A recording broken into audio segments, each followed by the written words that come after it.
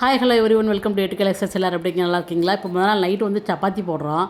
But அது மீந்துருச்சுன்னா என்ன பண்ணுவோம்? அடுத்த நாள் காலையில் தோசைக்கல்ல போட்டு சாப்பிடுவோம். இல்லைனா சில பேர் கீழே போடுறவங்களும் இருக்காங்க. பட் வேஸ்ட் பண்ணக்கூடாதுன்னு நினைக்கிறவங்க இப்படி பண்ணி கொடுத்து பாருங்கள். எனக்கும் உனக்குன்னு போட்டி போட்டுட்டு சாப்பிட்டுட்டு பாத்திரத்தையே காலி பண்ணிவிடுவாங்க. சப்பாத்தி இந்த பாத்திரத்தையே காலி பண்ணிவிடுவாங்க. அந்தளவுக்கு சூப்பர் டேஸ்டியாக இருக்கும். சில்லி பரோட்டா கேள்விப்பட்டுருவீங்க. பட் இது வந்து சில்லி சப்பாத்தி. இந்த மாதிரி பண்ணி கொடுத்து பாருங்கள் ஒரு டைம். அப்புறம் நீங்கள் சொல்லுவீங்க எப்படின்னு. அதுக்கு ஃபஸ்ட்டு வந்து சப்பாத்தியை வந்து ஒரு குட்டி குட்டி பீஸாக பிச்சு போட்டு வச்சுக்கணும். இல்லைனா கட் பண்ணி எடுத்துக்கணும்.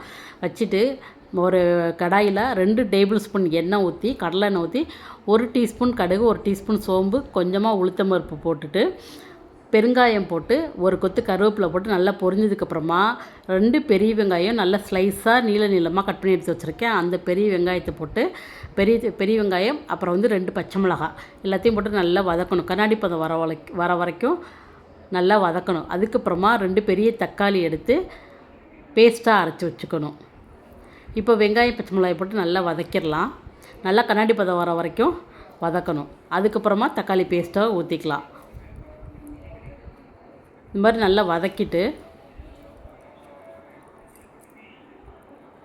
நம்ம அரைச்சி வச்சுருக்க இஞ்சி பூண்டு பேஸ்ட்டு, கண்டிப்பாக இந்த டிஷ்ஷுக்கு இந்த இஞ்சி பூண்டு பேஸ்ட்டு தான் வந்து டேஸ்ட்டு வந்து நல்லா என்ஹான்ஸ் பண்ணி கொடுக்கும்.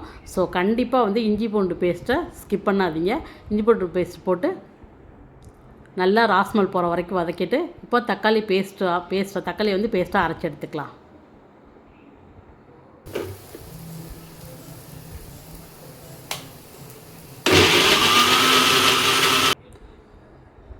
அதுக்கப்புறமா இந்த மசாலாவுக்கு தேவையான அளவு உப்பு போட்டு அதையும் 2 கிண்டிட்டு இப்போது அரைச்சி வச்சுருக்க தக்காளி பேஸ்ட்டாக இது கூட வந்து ஆட் பண்ணிக்கலாம்.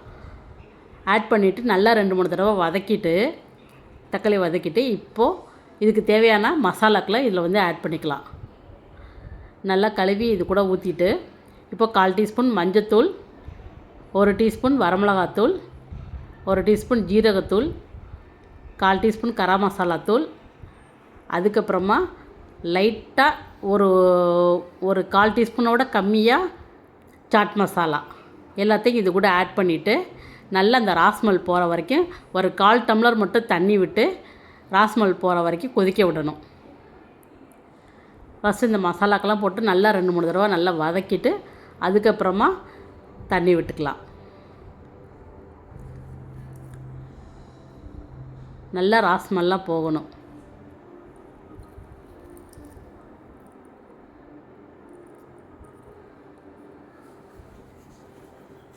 சாட் மசாலா கொஞ்சமாக, ரொம்ப போடக்கூடாது, ஒரு 1 பிஞ்சுக்கு கொஞ்சம் கூட போட்டு நல்லா எல்லாத்தையும் வதக்கிட்டு அதுக்கப்புறமா 1/4 டம்ளர் தண்ணி ஊற்றி அதை கொதிக்க விடணும். கொஞ்சம் ராஸ்மல்லாம் போனதுக்கப்புறம் இப்போ இது கூட நம்ம குட்டி பீஸாக கட் பண்ணி வச்சுருக்க சப்பாத்தியை இப்போ இது கூட ஆட் பண்ணிக்கலாம்.